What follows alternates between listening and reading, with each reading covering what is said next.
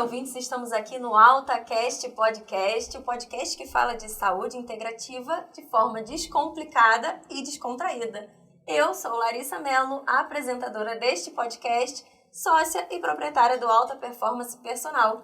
Estou aqui com meu queridíssimo Elber Mello. Fala pessoal, beleza? Especialista em treinamento físico personalizado, também sócio e proprietário do Alta Performance.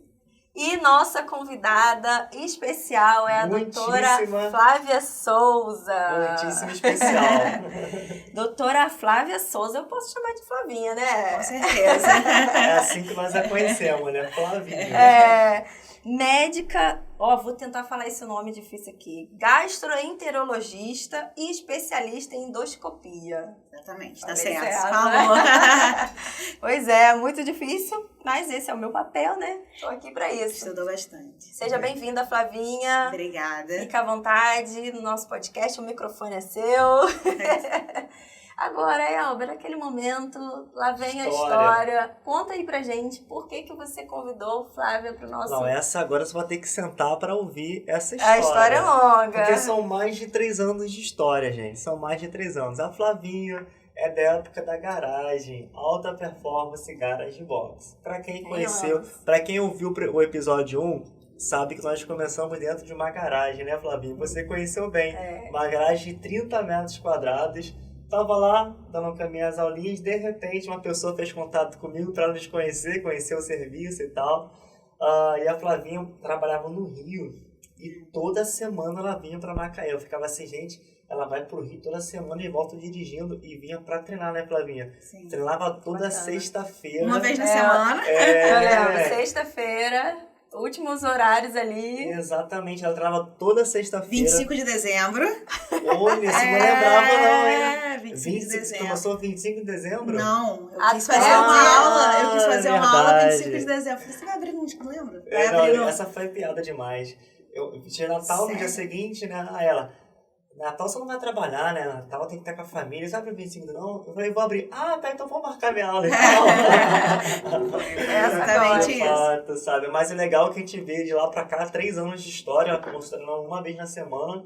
Hoje ela vem todos os dias, né? De segunda a sexta. De segunda a sexta tá fisicamente ativa, mesmo gravidinha, pra quem não tá vendo pela câmera aí, mas Flavinha tá com 38, Flavinha? Não, 36. Tô brincando, eu sei que não. Eu treino no 9º mês agora. Exatamente. A gente teve que correr com esse episódio, né, pra não correr o risco. Vocês não tem noção que correria que foi pra ter esse episódio. Quase que o Antônio tá no mundo aí e não tem o episódio. Meu Deus. Mas vamos lá, são 3 anos de história, Flavinha. Mesmo nós chamamos Flavinha com todo o carinho, mas tem realmente um gabarito nessa área gastro e vai agregar muito valor pra gente nesse episódio, pessoal. Então, papel e caneta na mão, lá vem conteúdo por aí. Vamos lá. Bora!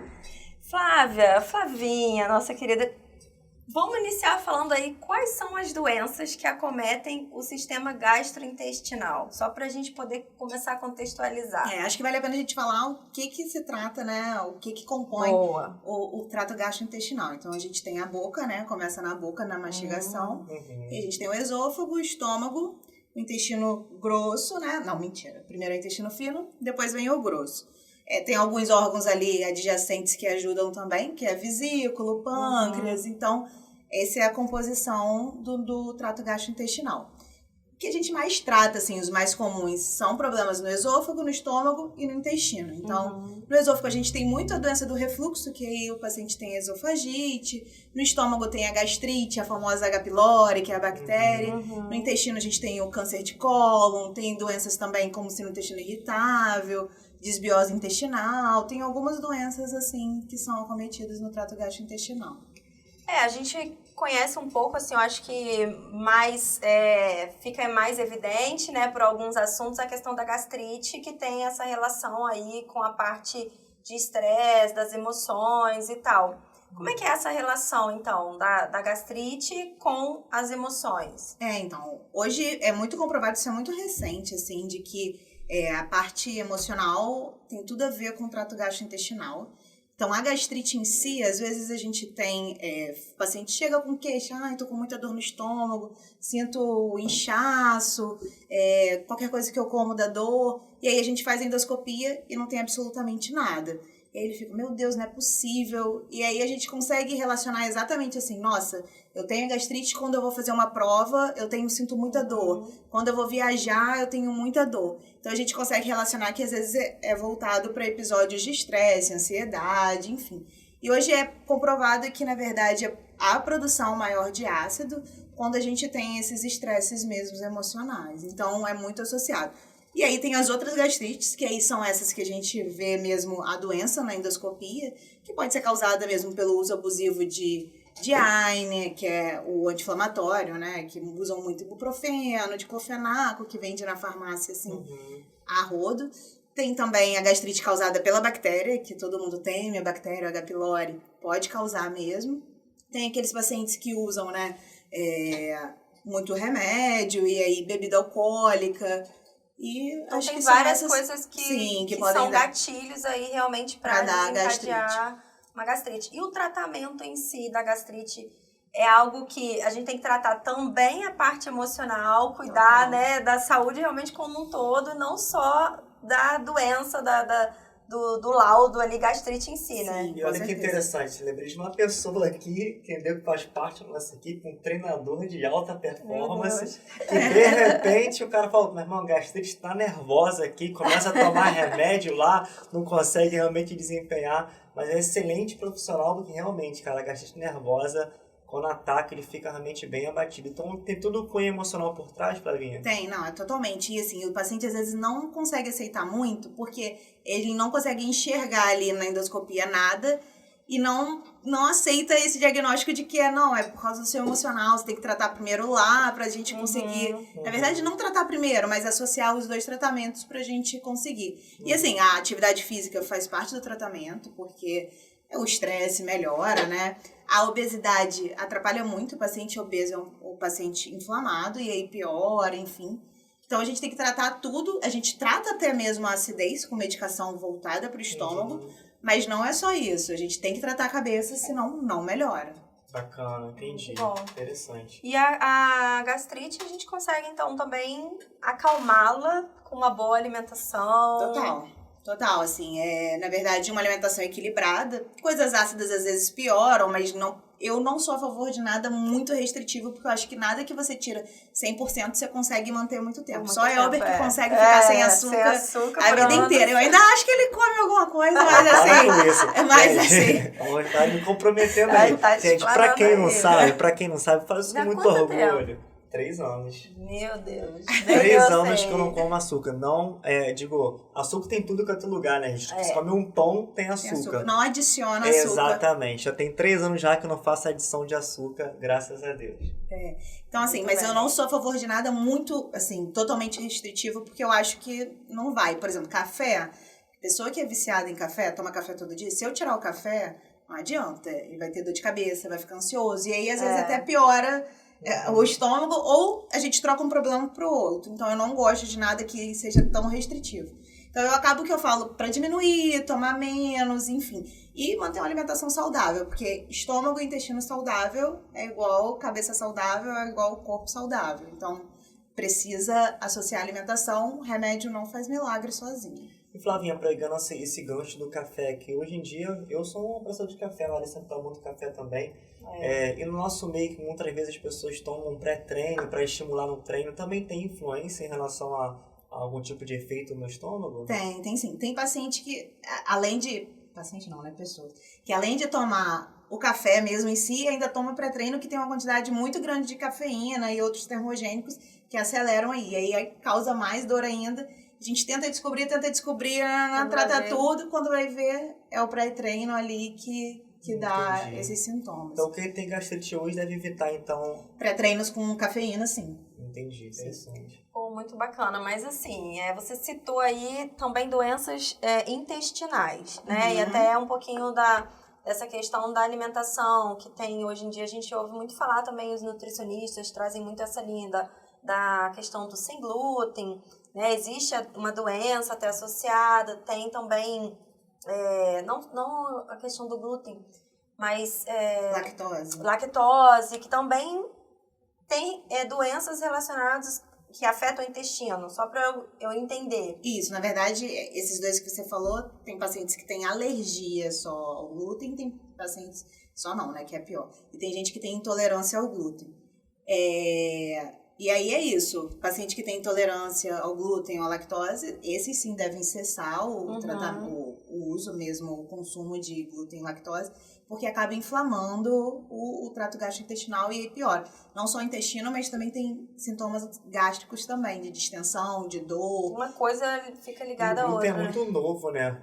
Há alguns anos atrás ninguém falava tanto de glúten, mas hoje em dia...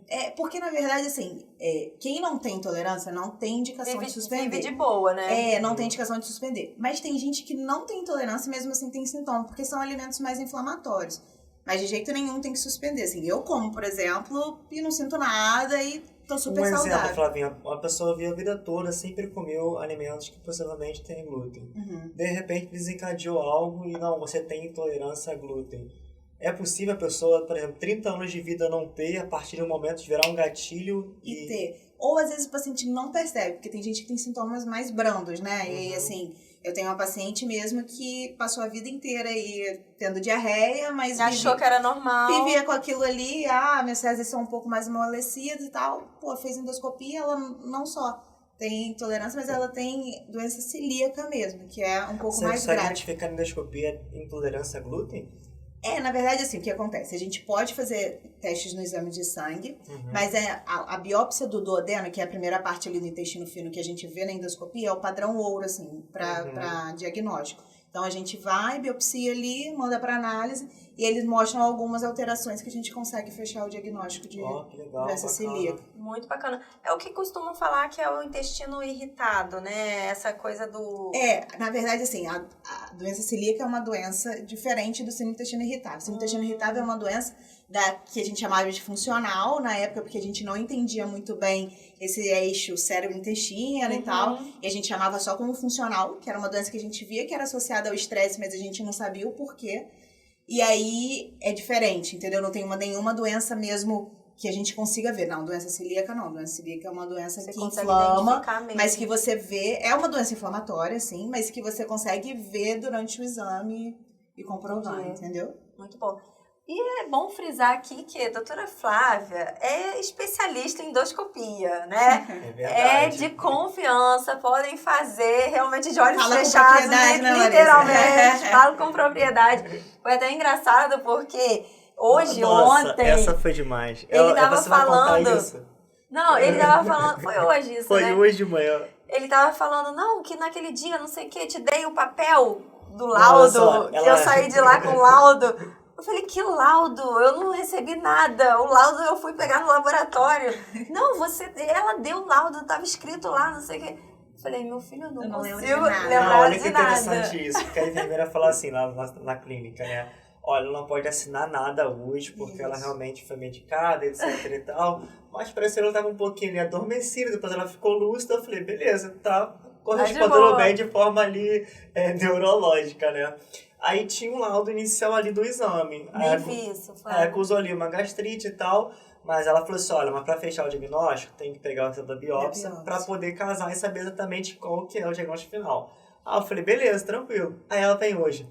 Nossa, deu gastrite mesmo, olha, tá lá na biópsia. Mas minha filha já sabia. Só precisava confirmar com o exame do laboratório para saber qual que era realmente a gastrite. Ela, que exame é esse? Que laudo é esse? Mas não lembrava mesmo, né, Flávia? Então quem faz endoscopia não pode assinar nada, né, Flávia? Não, a gente sempre orienta que não pode trabalhar, não pode mexer com pérfuro cortante, faca, essas coisas assim, dirigir de jeito nenhum. Porque os pacientes saem de lá acordados, a gente só libera quando ele tá bem acordado, conversando, enfim. Só que aí eles acham que estão bem. E aí acham que pode trabalhar, mas assim, de jeito nenhum. Não pode. Primeiro que tem uma amnésia. Exato, uma hora depois ela parecia que tava normal, mas entendeu? não tá. Esquece. Olha que coisa. Esquece. Tá vendo? Ele falou assim... E é o melhor sono da vida, não é? Não, é maravilhoso. De vez em quando seria ótimo. Acho que eu vou marcar outras endoscopias. Mas vou te falar, hein? Eu disse e volto a repetir. Se precisa fazer uma endoscopia, procura a Flavinha, porque realmente Olha só, a gente falou aqui um pouquinho sobre a questão do intestino e a gente tem ouvido falar um pouco aí sobre a questão do câncer do intestino, foi um assunto mais em alta. Em março, né, teve também a questão de prevenção contra o câncer e tal.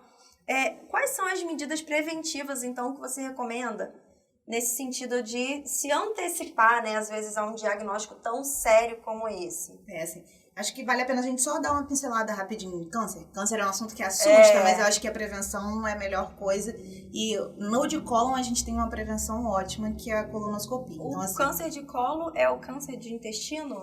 Cólon é o que a gente chama de intestino. É o termo colo retal, técnico. Isso, é o câncer de intestino. E aí a gente vem assim, agora ficou um pouco em alta porque teve o caso do Pelé, Dinamite, Simoni, Preta Gil, que assim, é triste, pô, claro que é triste todo mundo ter, mas foi um alerta para as pessoas se ligarem que tem que prevenir. E assim, todo mundo sabe que tem que fazer mamografia, que o homem tem que fazer o de próstata, que a mulher tem que fazer exame ginecológico, mas o de colonoscopia ninguém sabe muito bem. Ninguém quer. E as pessoas não sabem, às vezes.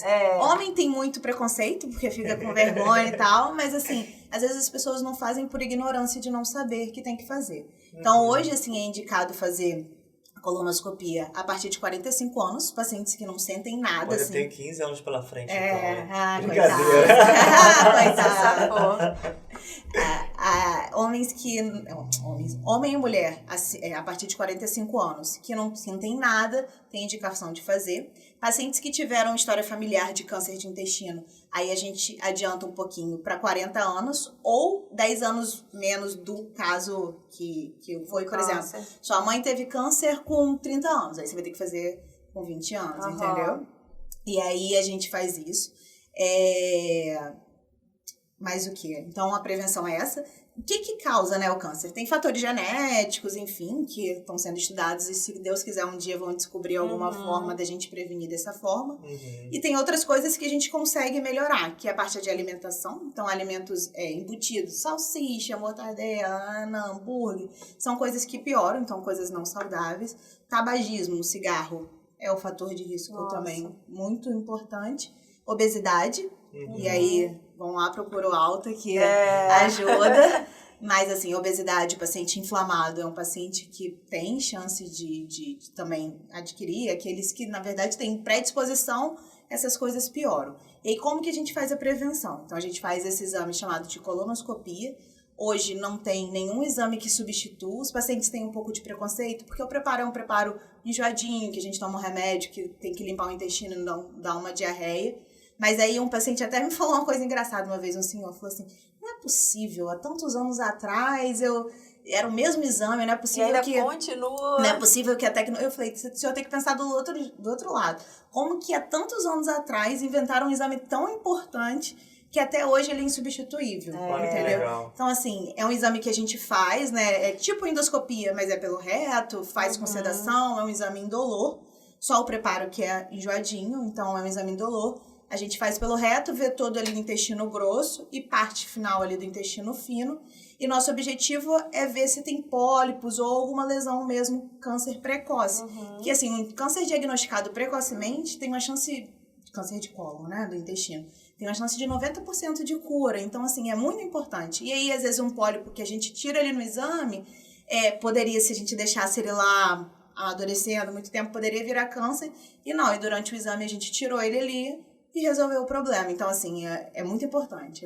Isso eu acho que é do tudo que a gente vai falar aí, a prevenção do câncer de cólon é uma coisa que tem que ficar na cabeça aí. Poxa, que legal. Então, realmente se antecipar, né? Exatamente.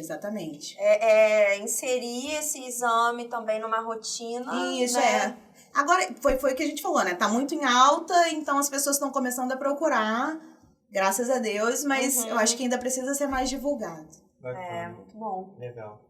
E vamos falar um pouquinho então sobre essa questão, né, do eixo cérebro-intestino. Era um ponto que você gostaria de trazer. É um tema que eu acho muito bacana, Flavinha, porque de fato tem de viver, né, na alta performance.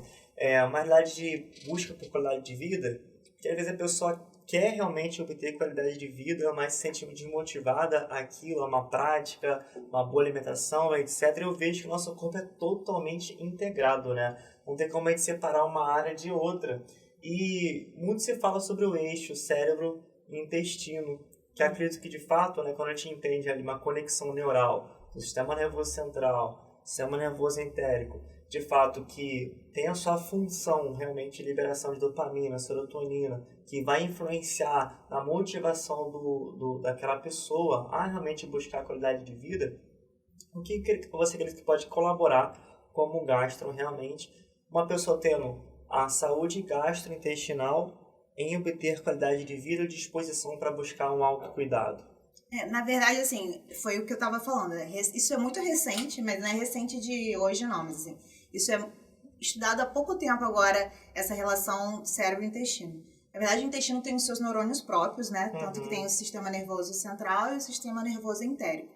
E ele é uma via de mão dupla. Tanto o intestino manda informações como pro cérebro, como o cérebro manda informação pro intestino.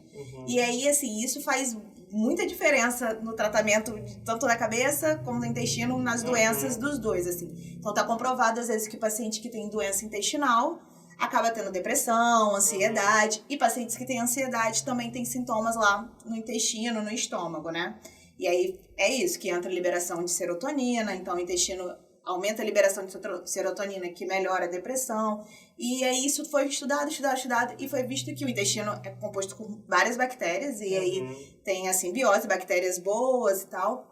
E às vezes, quando tem esse desequilíbrio dessas bactérias, a diminuição da produção de algumas de serotonina, de alguns neurotransmissores, e aí acaba piorando mesmo essa questão de ansiedade, depressão. E aí até hoje existem algumas medicações para isso, né? Legal, bacana. E o interessante disso, porque inicialmente a gente começou a falar que a gastrite pode ter um cunho emocional, porque realmente aí de forma cerebral e psíquica está desenvolvendo algo que está sendo desencadeado no intestino. Isso. Agora, de uma forma contrária, também é verdade. Uma vez que você tem algo no intestino, né, pode influenciar também essa parte ali psíquica e até mesmo de forma psicológica falando, né?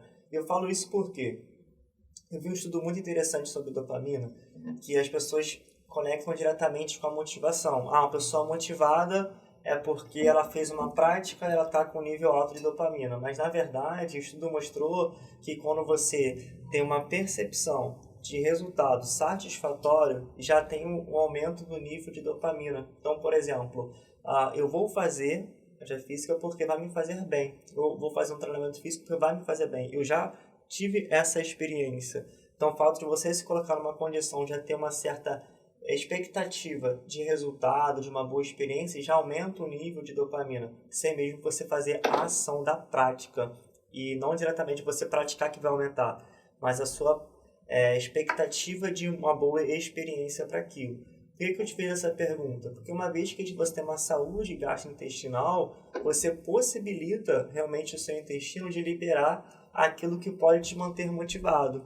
Então, quando você tem uma boa alimentação, quando você tem realmente um equilíbrio emocional na nossa vida, você tem a liberação de um hormônio, que é a dopamina, a serotonina, que vai manter você motivado. Porque muitas pessoas estão desmotivadas, às vezes não é porque tem preguiça, talvez tenha tem outros pontos, né? Tem outros pontos, pode ser talvez realmente uma questão gástrica que tem que estar tratando aí, ou talvez realmente, sabe, procurar boas experiências em relação ao treinamento físico, ambiente, etc., para que você venha ter uma liberação do seu sistema realmente intestinal ali, liberando os hormônios devidos para você estar motivado, né? Até por isso que chamam o intestino hoje de segundo cérebro, justamente porque é totalmente relacionado mesmo. Tem até algumas pessoas que falam que me diga como você tá, que eu direi como o seu intestino está, né? Olha, pô, essa é muito boa, hein? E aí é justamente por isso, assim, aquele termo enfesado não veio do nada, porque paciente com prisão de ventre, que acumula muitas fezes, fica estressado, fica nervoso. E é justamente por isso, porque o intestino não está funcionando bem e acaba não enviando a serotonina, enfim, direito ali para o cérebro, e você fica mesmo estressado. E vice-versa, assim, é uma via totalmente de mão dupla. E aí até hoje vem muito isso, assim, da desbiose, isso está sendo muito estudado, tem vários remédios agora probióticos, né, que são bactérias que são benéficas, e tem as psicoprobióticos, que eles não só melhoram o intestino, né, que é as bactérias que melhoram o intestino, mas que conseguem também melhorar a parte de ansiedade, depressão, e os pacientes têm um resultado muito bom. Assim. Legal. Se você quer ser feliz e motivado, cuide da sua saúde intestinal. Exatamente. Total. Às vezes as pessoas procuram realmente motivação em tantas coisas, né? Mas o simples de entendimento, que, poxa, tem que ver o que eu tô comendo, como é que tá a minha saúde intestinal, será que tá de acordo com como deve? Tem que fazer realmente exames para poder realmente investigar uma possível, talvez patologia alojada, enfim.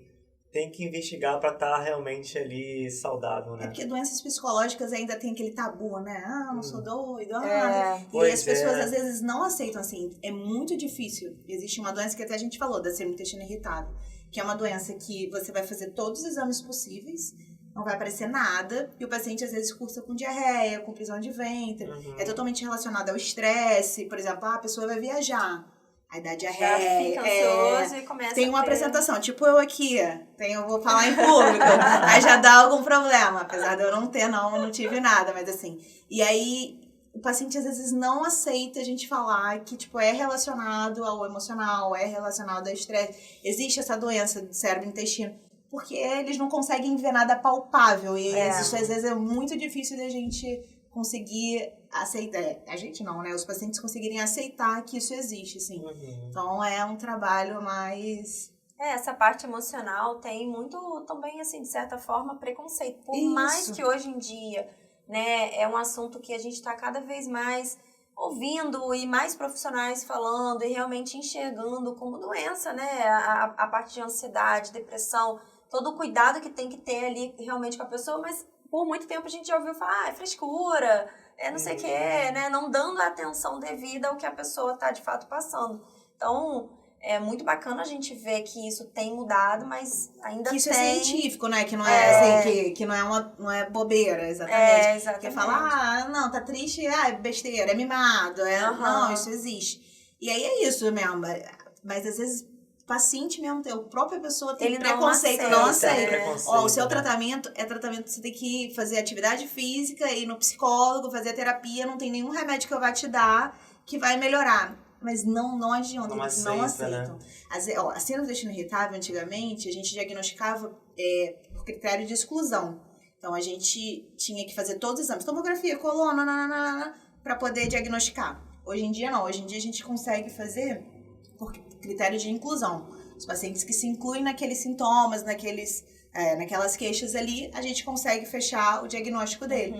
Mas bota na cabeça de alguém que não precisa fazer algum exame pra diagnosticar. Não aceita, entendeu? Então é difícil, às vezes é difícil. É até incomum. Você vai na gastro, faz o exame, você tem que realmente fazer acompanhamento psicológico para investigar. Como assim a gastro me examinou e tem que fazer acompanhamento psicológico? A pessoa quer aquela maluca, essa aí eu não volto. Ela quer o remédio, né? Que é o remédio mágico, né? Que vai atuar, não, eu quero o remédio aqui, ó, tá doendo no estômago. E às vezes a gente até faz, a gente faz a medicação, só que às vezes a gente... Algo pontual, né? Não, a gente acaba com todo o nosso leque de medicação, não, porque é uma associação, às vezes precisa de medicação mesmo, mas a gente acaba com todo o nosso leque de medicação, não tem mais o que fazer e realmente é associação de outras coisas, entendeu? Mais uma vez a gente vê, né, essa questão da saúde realmente de uma forma integrada, né? Não é só cuidar de uma questão. Quando você conecta os vários pontos ali, o resultado que a pessoa vai ter realmente é muito melhor, né? Uma outra doença, nada tem a ver com o que a gente tá falando aqui, assim, de doença do intestino, mas que os pacientes às vezes deixam pra lá, gordura no fígado. Que é super comum, mas o paciente não sente nada. E assim, hoje não tem uma comprovação que eu vai te dar um remédio e vai diminuir sua gordura no fígado. Hoje o tratamento de gordura no fígado é dieta e atividade física. Entendeu? Então assim, e aí? Eu não sinto nada. Vou fazer atividade física que eu não gosto? Vou deixar de comer o que eu gosto? Pois é. E aí o paciente às vezes não acaba não aceitando. Então às vezes isso é falta de informação mesmo. Assim. Verdade. Por isso que cada vez mais vamos levantar essa bandeira da atividade física, defender isso daí, porque a gente tem visto, né, a gente tem trazido vários especialistas aqui e todos realmente finalizam, né, sempre com essa fala do quanto a atividade física é importante também para a área específica ali. Para tudo, assim, para tudo. Vai conectar. Exatamente. Um paciente obeso, assim, até assim, meio polêmico, mas tem gente que fala assim, eu sou gordinha, tô obesa, mas tô saudável. Mas não, assim, a obesidade por si só é uma doença. Exatamente. O paciente tá ali acima do peso, tá com um percentual de gordura alto, é uma doença, é um paciente inflamado. Então ele tá suscetível à doença do pé à cabeça, assim. Então, exatamente. Isso tem que estar bem na cabeça das pessoas, que saúde também depende de... Exato. No episódio 2 do AutoCast, a gente falou com o Dr. Elisaldo, ele falou exatamente sobre as substâncias que são liberadas pela gordura, que são pró-inflamatórias. Exatamente. Então, às vezes, a pessoa desencadeia outros tipos de doença por estar inflamada inicialmente pelo aquele acúmulo excessivo de gordura. Então, vai tratar aquelas outras doenças, de fato, mas o problema não é realmente o resultado que causou realmente aquelas doenças, né? Mas o início, sabe? O sobrepeso. Exatamente. E aí, assim, porque você pode fazer um exame de sangue, eu tô aqui com aumento de peso, tô com um percentual de gordura, vou fazer um exame de sangue, mas tá tudo ok. Mas assim, eu tenho a gordura ali acumulada, e isso é um fator de risco para doença do gastrointestinal, enfim. Vascular. O Covid veio para mostrar isso. O paciente não tinha nenhuma doença, só tinha obesidade, e que não considerava como doença, e acabava tendo Covid num caso grave por causa da obesidade. Exatamente. Pois é, muito esclarecedor esse episódio, gostei bastante. Incrível, tem mais alguma pergunta para Flavinha? Acredito que é isso, Flavinha, foi realmente sensacional, muito esclarecedor pra gente. Muito bom. Né? Queria te agradecer, né, por ter disponibilizado seu tempo aqui pra gente. Foi realmente incrível. Passou no teste. Agora você volte no episódio. Eu tava até brincando com o Daniel antes de sair de casa, porque assim, na minha residência de gastro, que eu fiz no Rio, eu tinha que apresentar praticamente toda semana. E aquilo, assim, dava vontade de chorar, eu ficava ansiosa. Se meus amigos da residência me verem falando daquilo, eu falo assim, gente, alguma coisa aconteceu. Não é a mesma. Não é, a gestação fez alguma coisa com a Flávia, que não é a mesma Flávia que eu conheci, não. Foi um prazer estar aqui com vocês. Muito Obrigada bom. pela oportunidade aí de falar. Espero que a gente consiga botar alguma coisa aí de bom na cabeça das pessoas. Com certeza, muita informação. E como eu ia falar, você volta agora num próximo episódio, tá? Com Antônio nos braços aí. Isso aí. E eu queria aproveitar esse momento, então, pra gente agradecer também os nossos parceiros aqui do podcast. Né? A gente tá com a DAC Refeições, trazendo aí soluções para sua empresa em relação à alimentação. Criare Vidros, realizando sonhos. E as nossas canecas aqui da Rio Foto. Muito bom. E é isso, muito obrigada por esse episódio. Flavinha, como que a gente encontra você? Gente, como é que marca uma consulta, uma endoscopia? Então vamos fazer o jabá direito. É pra fazer jabá? Com certeza. Tá bom. Mas faz com vontade. Então tá bom. Ó, a gente tem uma clínica que é totalmente familiar. Trabalha lá eu, meu pai, meu irmão e o meu marido agora, né? O nome da clínica é Caim Santa Terezinha. O telefone lá é 27725897. De novo, 725897. Anota aí. Fica ali na Imbitiba. Na Imbitiba, na Rua do Pronto Socorro. Lá a gente faz consultas de gastro, cirurgia geral, exames de endoscopia e colon e consulta de urologia também. Que é a saúde do homem aí também. Poxa, que bacana. Muito bacana. Eu tive o prazer de acompanhar a Larissa endoscopia lá e posso falar, poxa, muito organizada essa clínica, Flavinha. Ah, que bom. Nada de espera, né? Eu até perguntei pra secretária, falei, qual é o risco de atrasar um pouquinho só pra eu ajustar o meu tempo? Nossa. Não, pode deixar que a doutora Flávia atende na hora. Porque eu sou agoniada, assim, o horário, eu sou muito certinha. Então nossa, mas muito organizada, sério, só elogios. Que bom. Incrível. Totalmente Santa Terezinha. Clínica Caém, Santa Terezinha, lá na Imbitiba. Isso aí. Tem Instagram, Flavinha, da clínica? Tem Facebook. A gente ainda tá um pouquinho atrasada. Não, mas se procurar ali no Google, já Sim, acha. tem no Google, já acha. Também, se me procurar no Google, já acha também. Muito bom. Então Tá é bom? isso. Muito obrigada e Boa até o noite. próximo episódio. Tchau, tchau. Valeu, tchau, tchau.